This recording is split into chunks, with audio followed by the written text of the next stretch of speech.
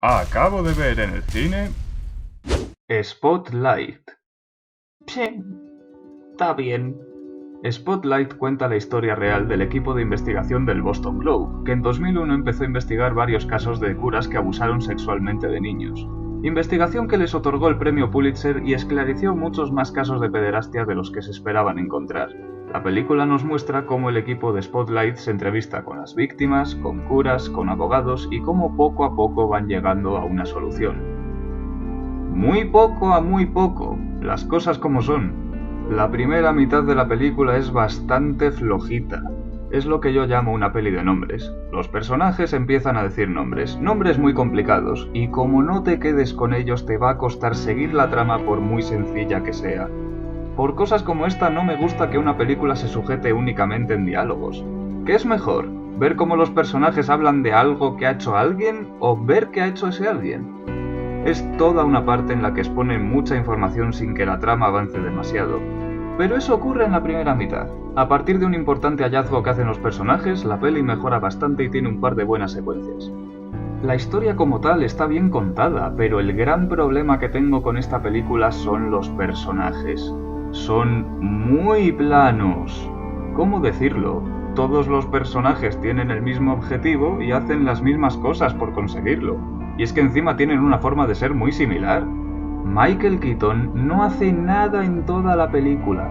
Lo único que aporta es la frase del tráiler. Tenemos dos historias, una sobre el clero degenerado y otra sobre un puñado de abogados que convirtieron el maltrato infantil en una pequeña industria. ¿Cuál quiere que publiquemos? Porque sacaremos una de las dos. Todo esto me recordó a una peli de hace un par de años, Margin Call. Margin Call nos habla del inicio de la crisis económica actual desde el punto de vista de unos empresarios que tienen que vender sus acciones antes de que se haga público que su empresa ha quebrado. El guión es bueno, el tema es interesante y crea cierto suspense, pero los personajes no transmiten nada. No consigues empatizar con ninguno, y lo que podría haber sido una gran película se queda en una buena historia. Lo mismo ocurre aquí. Solo hay dos personajes que destaquen sobre el resto. El de Mark Ruffalo, que es puro nervio, y el de Brian Darcy James, actor al que no conocía de nada pero que aporta a su personaje un calor humano que lo diferencia de los demás. El resto, todos iguales. La dirección de esta peli es muy normalita. No se han rebanado los sesos precisamente con los planos, y ojo, a veces eso es lo que necesita la película para que funcione, pero si la dirección es tan simple, el guión y los actores tienen que ser la hostia. Y no, no. Echando la vista atrás me doy cuenta de que los mejores momentos de Spotlight son cuando salen a la luz datos y estadísticas desgraciadamente reales. Y esto me plantea una pregunta.